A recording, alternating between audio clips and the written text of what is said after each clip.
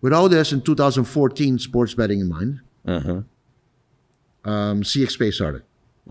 Because there's a lot of online gambling where merchants are registered and licensed in Curaçao. But no bank in Curaçao wants to acquire, to accept payments, or offer payments acceptance for Visa, MasterCard, for those sports betting companies. Long and behold, in 2016, November 2015, we said, you know what? Forget it. It's not going to work. Let's do regular e-commerce. So on the 3rd of January, we started with our first merchant in Curaçao with e-commerce. Our third merchant was a very small merchant at that moment. They wanted to only process, or had plans of processing, $5,000 a month. But nowadays, they're processing more than over $800,000 a month. A month. Wow.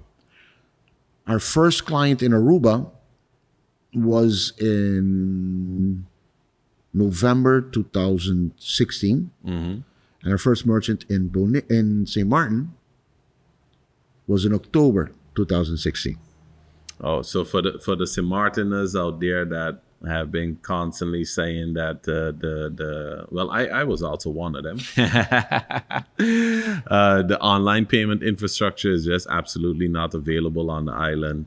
But you're saying that there was a option already in October 2016. Yeah. And why am I saying this way? For people to understand what e-commerce is all about, it is a saying that in person, which is called card presence. You have that card with you, it's presence. Now needs to become card not presence, because you don't see the person. And that is the whole reason why it's not popular. Not because a lot of people want to pay, but the risk that you're doing business with somebody you don't know and you can't see. People don't understand that. And now comes my cap that sometimes people think, and some passion might come out right now. The journey of 1,000 miles starts with the first step. And the cheap saying always is, it's not a sprint, it's a marathon. It's a marathon. The same thing as studies. If you don't study, you don't graduate. Whatever you might have learned or not, it might not be integral in what you do for the future. Okay, so when we have algebra when we're young, we don't know why we need it. No.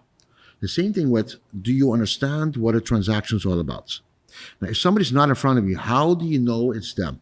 1. 2, how do you get the money from point A to point B? No, point A to point B, no problem. The risk that the bank is taking for the transaction is immense.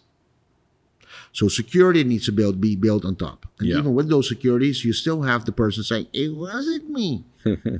You know me.